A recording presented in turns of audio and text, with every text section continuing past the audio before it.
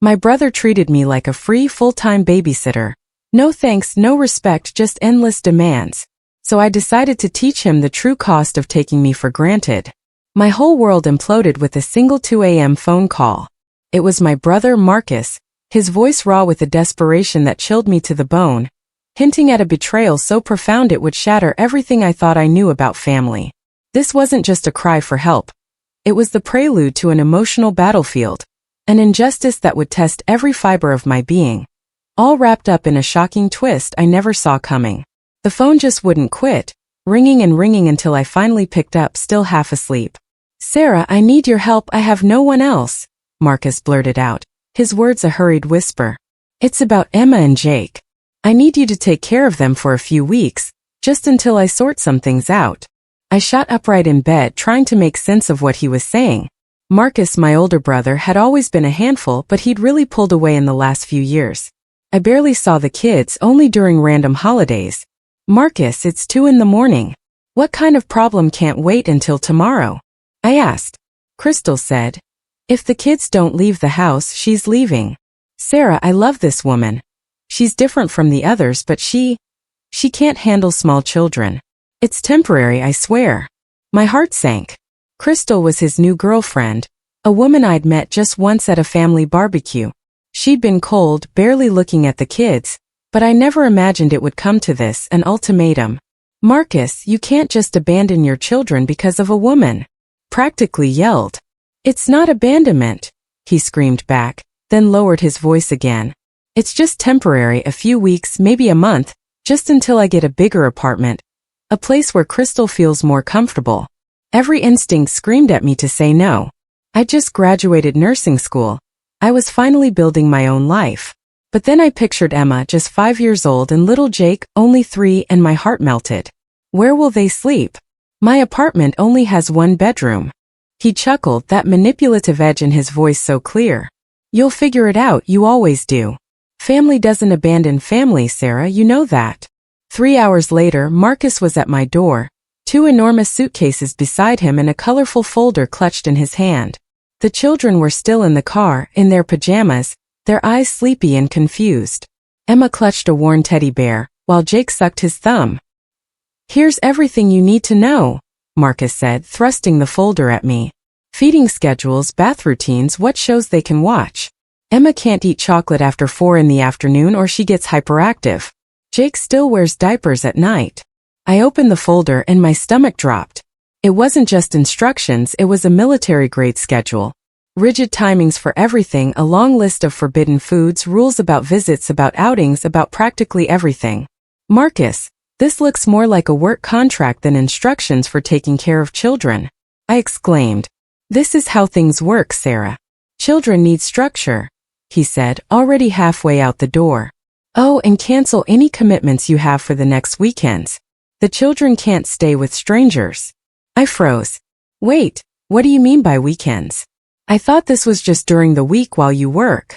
He stopped at the door, not even turning around. "Crystal and I need time together. Relationships need care, Sarah. You'll understand when you find someone." And then he was gone, leaving 2 confused and scared children in my living room. Emma looked at me with huge, innocent eyes and whispered, "Where did Daddy go? When is he coming back?"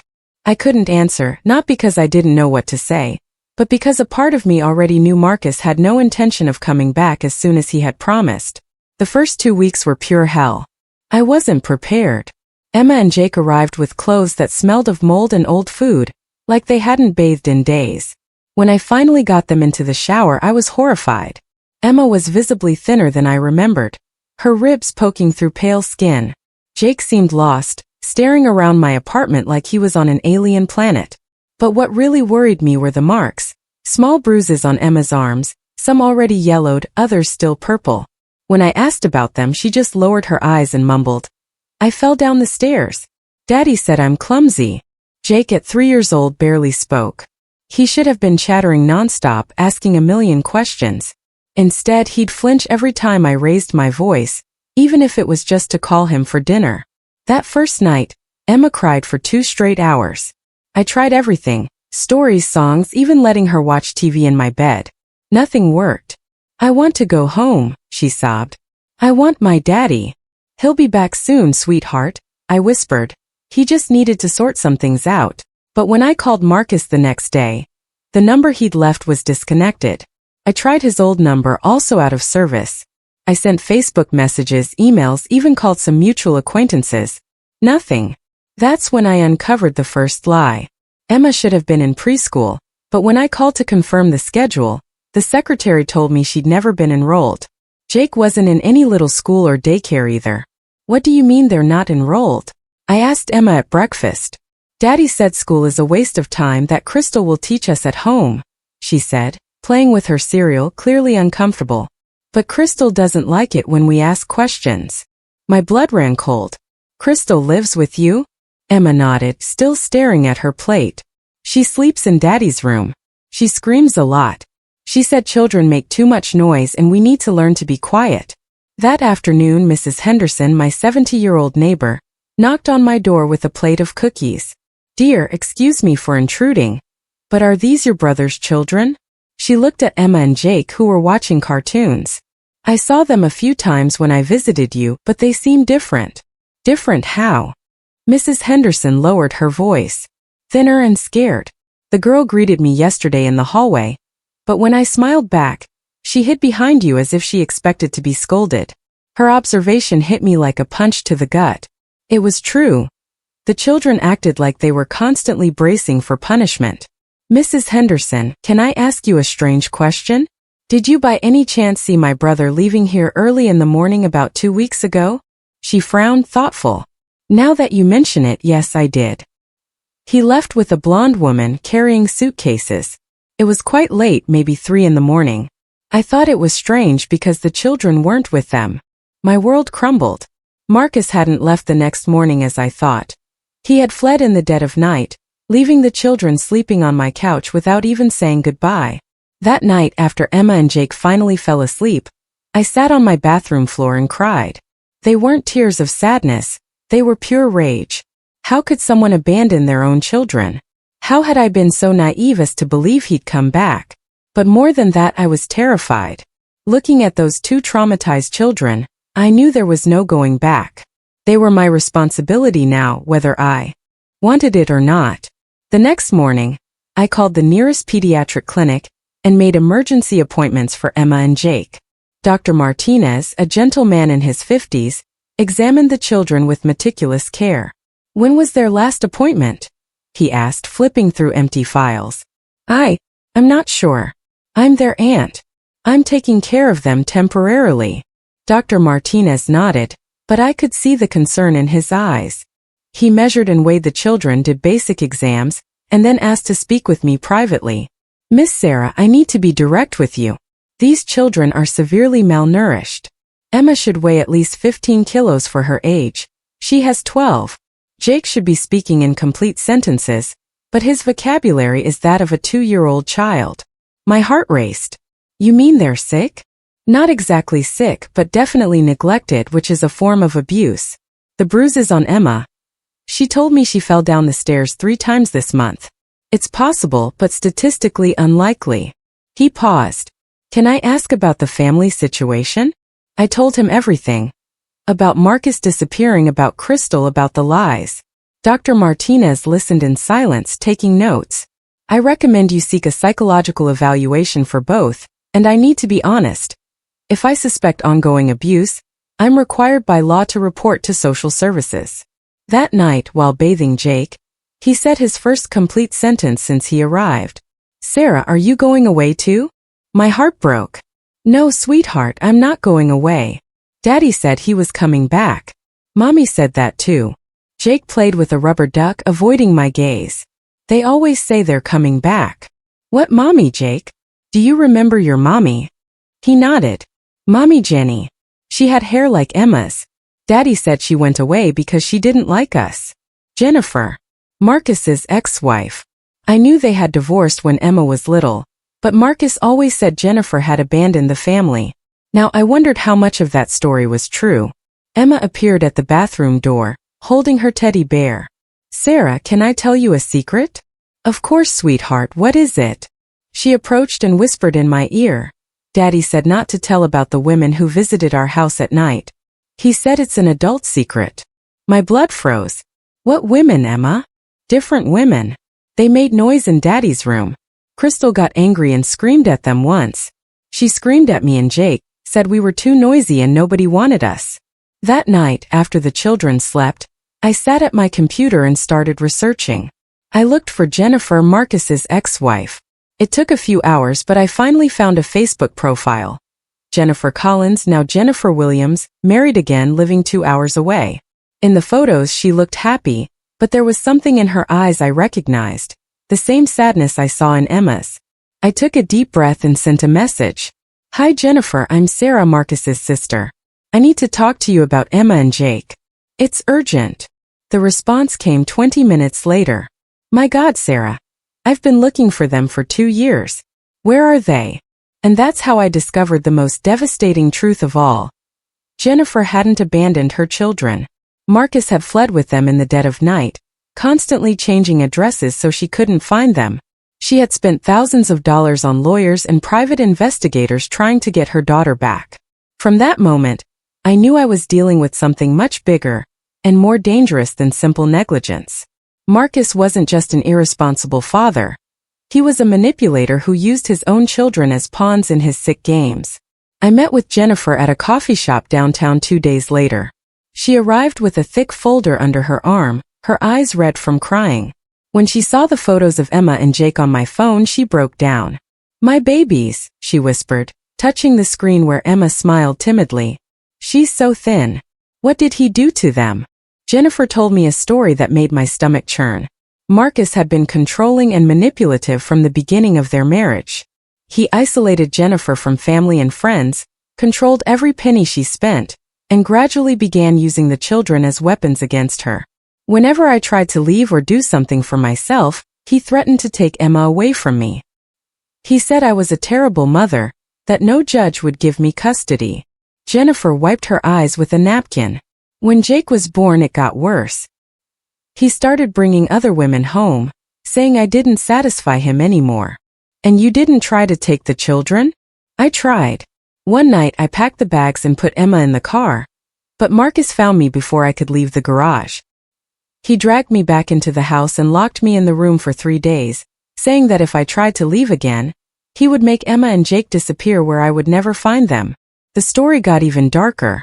Marcus eventually kicked Jennifer out of the house but kept the children.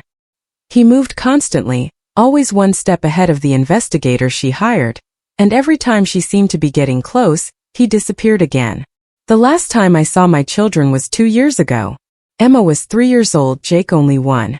They probably don't even remember me. Emma remembers, I said softly. She mentioned Mommy Jenny yesterday. Jennifer started crying again, but this time they were tears of relief. That afternoon, while Jennifer got reacquainted with her children, a moment both beautiful and heartbreaking, Mrs. Henderson knocked on my door with a serious expression.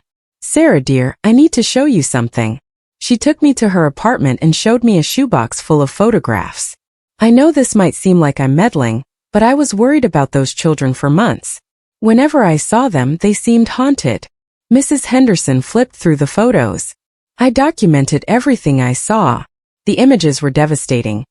Emma and Jake alone in the yard for hours, wearing dirty and ill-fitting clothes, trash accumulated at the door of the house where they lived, different cars arriving at night, unknown men coming and going. And in one particularly disturbing photo, Emma consoling Jake, who was crying in the middle of the street while screams came from the house. Why didn't you call the police? I asked. I tried once, but when the social worker showed up, Marcus was there well dressed. The house was clean, and the children were well behaved. He said I was a meddling neighbor with mental problems. Mrs. Henderson sighed. After that he moved. I thought I would never see those children again. When was this? 6 months ago. He came back 2 months ago with a blonde woman, this Crystal you mentioned, but this time it was different. The children seemed even more scared, and I heard constant fights. Mrs. Henderson handed me the box. Take this. If you're going to fight for these children, you'll need all the evidence possible. That night, after Jennifer left, promising to return the next day with her lawyer, I sat with Emma on her bed. Emma, Can I ask some questions about when you lived with Daddy?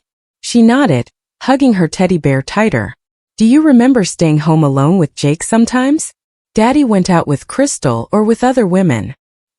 He said I was big enough to take care of Jake. Emma spoke quietly, as if telling a secret. But I was scared. Jake cried. Lot, and I didn't know how to make him stop. At what age did this start? When I was 4 years old.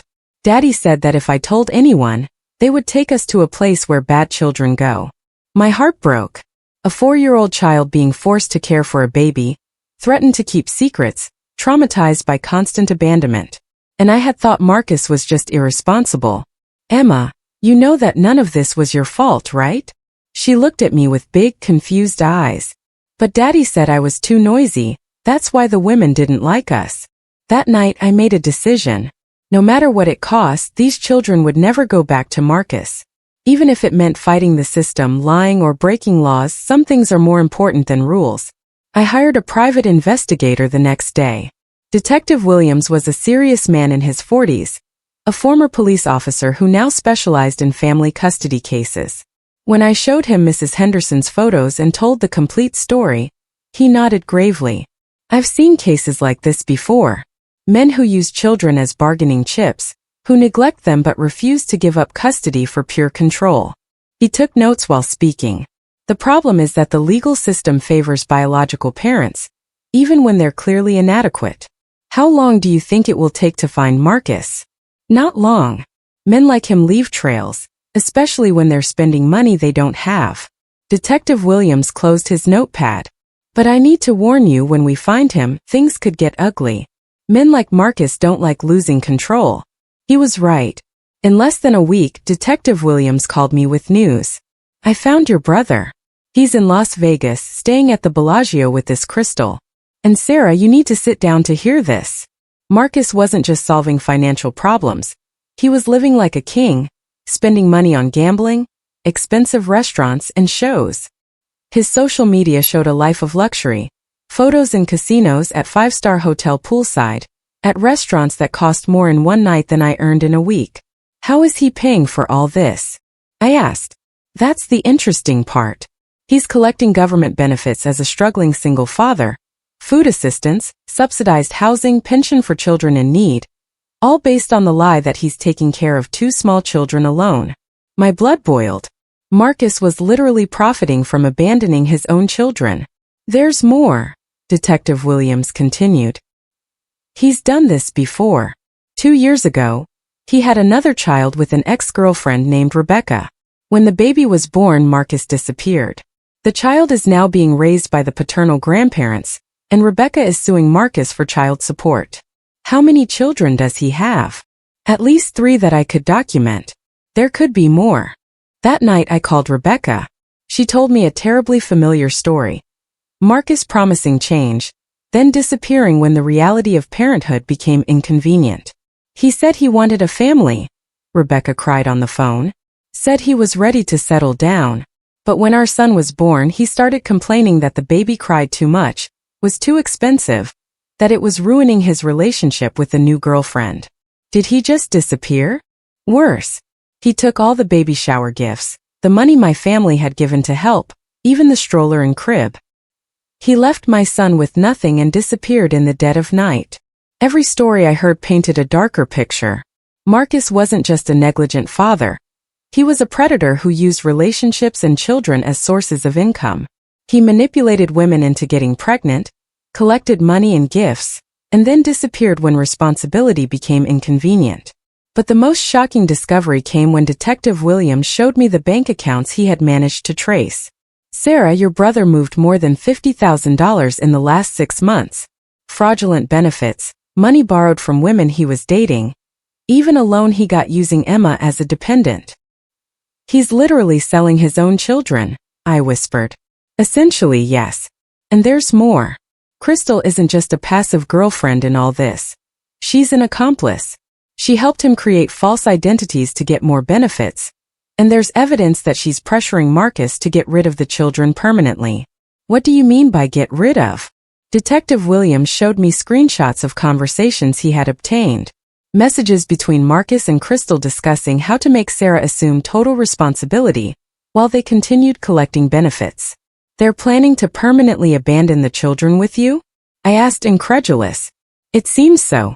And Sarah, they know you have the children. Marcus hired someone to track you. He's coming back to town, not to get the children, but to force you to assume legal custody, while he maintains parental rights and benefits. That night I changed all the locks on my apartment and installed security cameras, because I knew the real battle was just beginning. Marcus showed up at my door 3 days later, and he wasn't alone. Crystal was with him, along with 2 men I didn't recognize, big, intimidating, clearly there to cause fear. But Crystal stayed in the car, refusing to even get out of the vehicle. Where are my children? Marcus shouted through the door. You have no right to keep them away from me. I had already instructed Emma and Jake what to do if Daddy showed up. They were hidden in the back room with headphones, watching cartoons, while Mrs. Henderson had discreetly called the police from her apartment. Marcus, you abandoned these children a month ago. I shouted back. You can't just show up and demand them back. I didn't abandon anyone. I was solving our financial situation, arranging a better place for all of us to live. His hypocrisy made me see red. Solving financial situations at the Bellagio, living in 5-star hotels while your children were malnourished and traumatized. There was silence on the other side of the door. Then Crystal shouted from the car. Look here, you meddling B*********H. These children are interfering with our life. Marcus and I have plans, and these brats aren't part of them. Crystal, shut up. Marcus hissed, but she continued shouting. No, Marcus, I'm tired of this charade. You said you were going to make her assume total responsibility for them, that you would find a way to keep the benefits without having to deal with the children. My blood froze. They were really planning to force me to accept permanent custody, while Marcus continued profiting from the benefits. What kind of deal do you have in mind, Marcus? I asked, trying to keep Crystal talking. The kind where you stop meddling and accept the situation. One of the men spoke. Look, lady, Marcus is the legal father. He can put these children anywhere he wants. You should be grateful he's letting them stay with you instead of sending them to an orphanage. That's when I heard the most terrible sound of my life. Emma screaming from the room. She had heard familiar voices and was terrified. Please don't take me back, she cried. Sarah, don't let them take me. Something inside me broke. I opened the door all at once, facing Marcus eye to eye for the first time in months. Did you hear that? I screamed. Your own daughter is begging not to go back with you. What kind of father are you? Marcus looked different, thinner with bloodshot eyes, a nervous energy that made me suspect he was using drugs. You turned her against me, he accused. You filled her head with lies. Lies? She arrived here malnourished, with bruises, traumatized. Jake could barely speak. Children get hurt, Sarah. Children are difficult. You'll learn that when you assume total responsibility for them. His cruelty hit me. Assume total responsibility? What are you talking about? Marcus smiled sinisterly. Simple. You're going to file for legal custody. You'll assume all responsibilities, all expenses, everything. But I maintain my parental rights and can visit them whenever I want. And why would I do that? Because the alternative is me putting them in an orphanage today. You choose, Sarah. Either you become their official caregiver, or they go into the system. That's when Crystal got out of the car, clearly frustrated. Marcus, stop beating around the bush. Either she agrees to take care of these brats forever, or we take them now, and you'll never see them again. It's that simple. Emma and Jake came running out of the room, hiding behind me. Daddy, please don't take us. Emma begged. We'll be good, we promise. The pain in her voice must have touched something in Marcus, because for a moment he seemed to hesitate. But then Crystal spoke again. Marcus, remember what we talked about? If she doesn't agree to assume legal custody, we simply disappear with the children. You keep receiving the benefits and never have to worry about them again. That's when I realized the complete and horrible truth. Marcus didn't want the children back. He wanted to blackmail me into assuming legal responsibility, while he maintained control and profit. And it was at that exact moment that the police finally arrived. Officer Martinez was the first to enter, followed by 3 other police officers. The scene must have seemed surreal. Marcus and two big men intimidating a woman, two small children crying, Crystal screaming about parental rights. Everyone with their hands where I can see them. Officer Martinez ordered. Marcus immediately tried to play the victim. Officer, thank you for coming. My sister is preventing me from seeing my children. I just want to resolve this situation in the best way for everyone. That's not true, Emma screamed, running to the policeman. Daddy wants Sarah to take care of us forever, but he still wants to receive money for us. Officer Martinez crouched down to Emma's level. Calm down, princess. No one is going to hurt you. Can you tell me what you heard? With courage that impressed me, Emma repeated exactly what Crystal had said about Marcus wanting me to assume legal custody, while he maintained benefits and parental rights. Jake, hugging my leg, nodded vigorously. Crystal exploded. She's lying. She's just a confused child. Confused about what? The officer asked. About you planning to abandon these children while continuing to profit from them? That's when one of the men who was with Marcus tried to leave discreetly. Officer Williams intercepted him at the door. Where do you think you're going? He asked, searching the man. The man identified himself as Danny Reeves, an acquaintance of Crystal's who had been hired only to intimidate in case I didn't cooperate.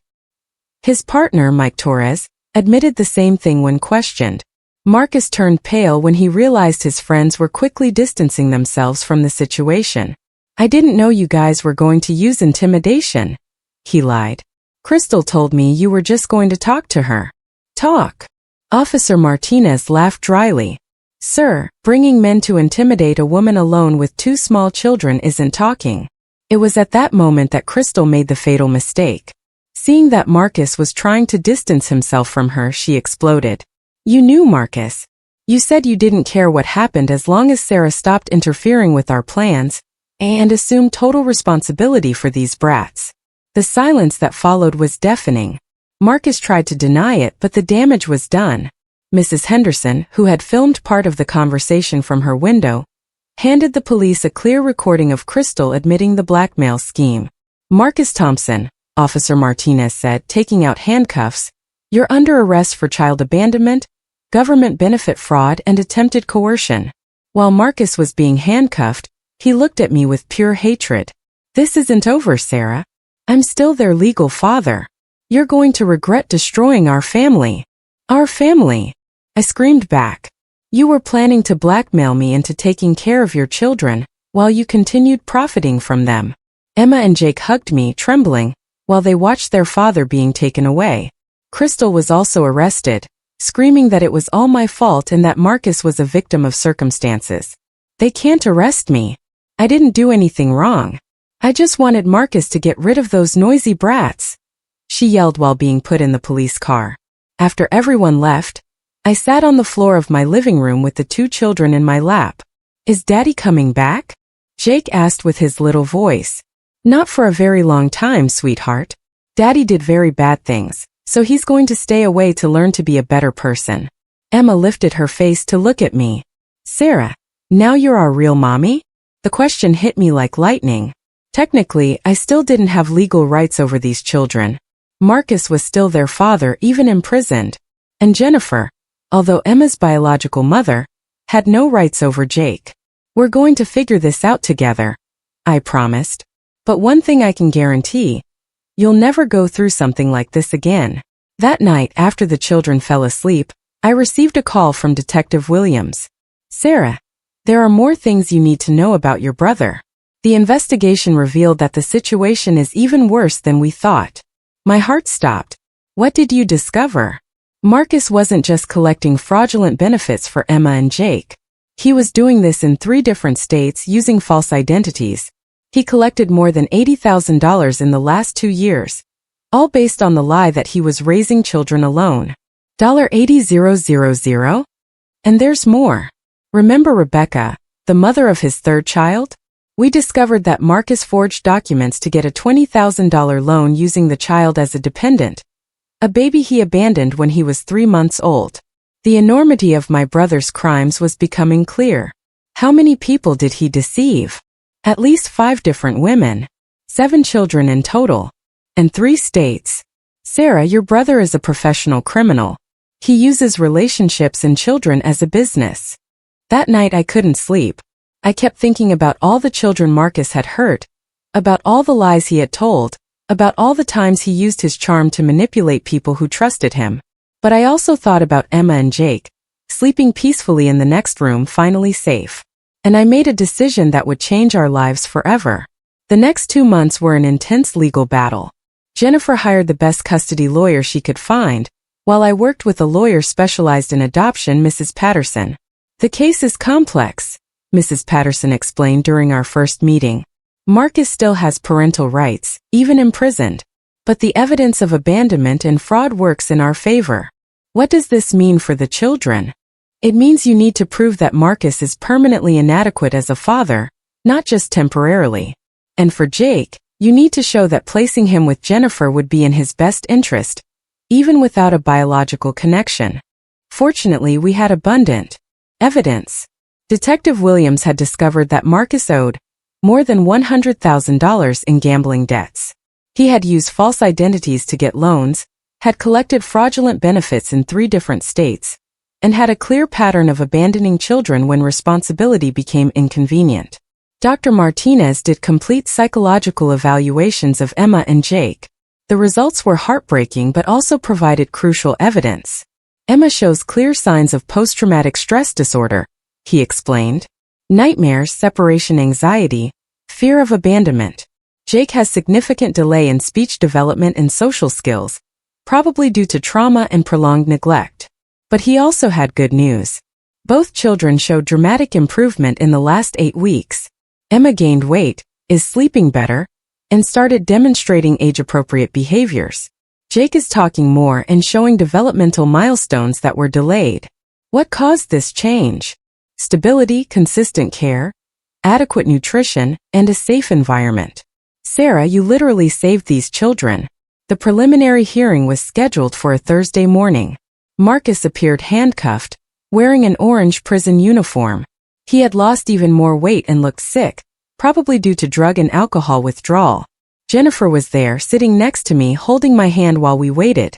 She had spent the last weeks reconnecting with Emma, and it was beautiful to see the bond between mother and daughter gradually rebuilding.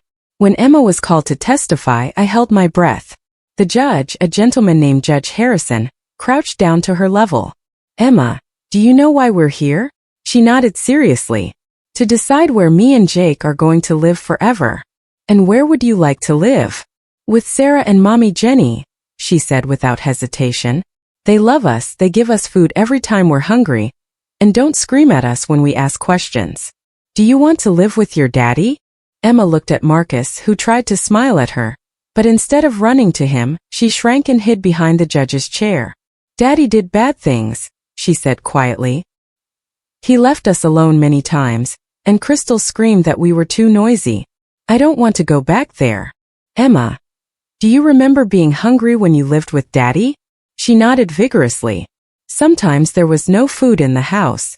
Daddy said I was big and could take care of Jake, but I didn't know how to make food. Jake cried a lot when he was hungry. Judge Harrison asked a few more gentle questions, all painting a devastating picture of neglect and abandonment. When it was Jake's turn, he simply hid behind me and refused to talk to anyone except to whisper, I want to stay with Sarah. When the judge asked where he would like to live, Marcus finally had his chance to speak. He tried to portray himself as a father who had made mistakes but who was changing his life and learning to be better. Judge Harrison, I admit I made mistakes, but these are my children. I love them and they need their father. Sarah did a wonderful job taking care of them temporarily, but a father cannot be replaced. Mr. Thompson, Judge Harrison said coldly, you abandoned these children for 2 months, collected fraudulent benefits using them as dependents while they lived with someone else, and tried to blackmail your sister into assuming legal custody while you maintained control. How do you explain this? Marcus tried to deflect blame. I was going through a difficult period, Your Honor. Crystal made me believe the children would be better off with Sarah temporarily. I never wanted to abandon them permanently. Then why did you try to force your sister to assume legal custody while you maintained parental rights? Marcus stuttered, clearly not expecting this direct question. I thought it would be better for the children to have legal stability, but I still wanted to be part of their lives, while continuing to collect benefits based on the lie that you were caring for them. Marcus's silence was deafening. Judge Harrison leaned forward. Mr. Thompson, in 20 years on the bench, I have rarely seen such a clear case of calculated abandonment and exploitation of minors. You not only neglected your parental responsibilities, but actively profited from that negligence. The judge's words echoed through the courtroom. Marcus tried to protest, but Judge Harrison raised his hand to silence him. Based on the evidence presented, including the children's testimony, medical documentation of neglect, evidence of benefit fraud, and the established pattern of abandonment, this court permanently terminates Marcus Thompson's parental rights over Emma and Jake Thompson. The gavel struck, and I felt as if a gigantic weight had been lifted from my shoulders. Emma and Jake were finally safe. 2 years later, our life had completely transformed. Jennifer got full custody of Emma, and I officially adopted Jake.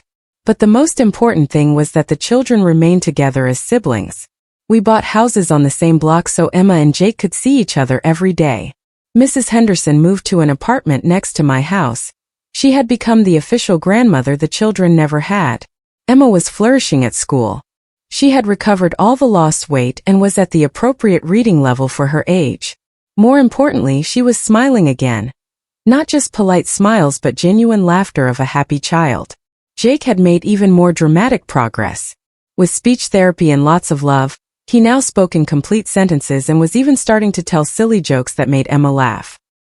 His nightmares had stopped, and he no longer flinched when voices were raised. "Mommy Sarah," Jake said one morning while we ate pancakes at breakfast, "can I tell you something?"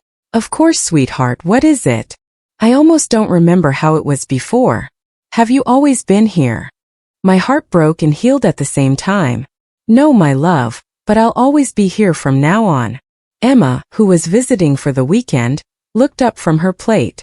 "Sarah, do you regret helping us? I know your life became very different because of us." I held her face in my hands. "Emma, sweetheart, you didn't change my life, you made it complete. I don't regret anything." And it was true.